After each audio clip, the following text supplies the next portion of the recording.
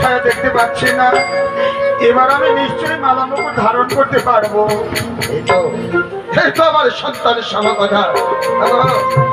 আমার চম্পকে নগর বোঝা বর্গ, এই মুহূর্তে আমি আমার লক্ষিন্দরকে নববর্ষে সুসজ্জিত করবো।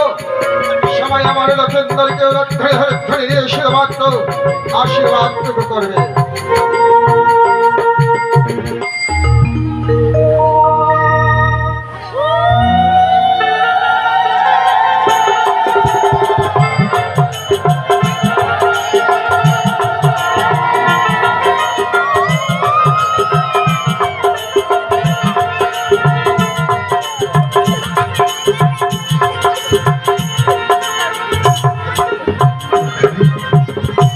বলুন পিতা। মুকুটমালা পরিধান করে বড় বেশি তোমাকে দেখে মনে হয় গোলক বৈকুণ্ঠ থেকে নারায়ণে নেমে এসেছে আমার সোনার চম্পকনগর। কিন্তু লক্ষ্মী বিনে তো নারায়ণের শোভা পায় না বদ্ধ।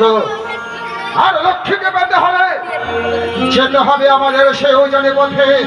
কিন্তু এতদিন তোমাকে আমি একটাই শিক্ষা দিয়ে এসেছিলাম এলাকায়, পিতা স্বর্গ পিতা ধর্ম পিতা হি পরমং ভব, সর্বদেবতা।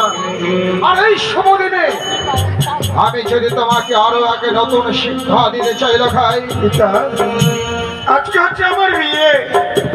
এই বিয়ের দিনে পিতা হয়ে সন্তানকে শিক্ষা কেন? আজকে দিন আপনি আদেশ করবেন, আপনার সন্তান হয়ে সেই আদেশ আমি নিশ্চয়ই পালন করবো।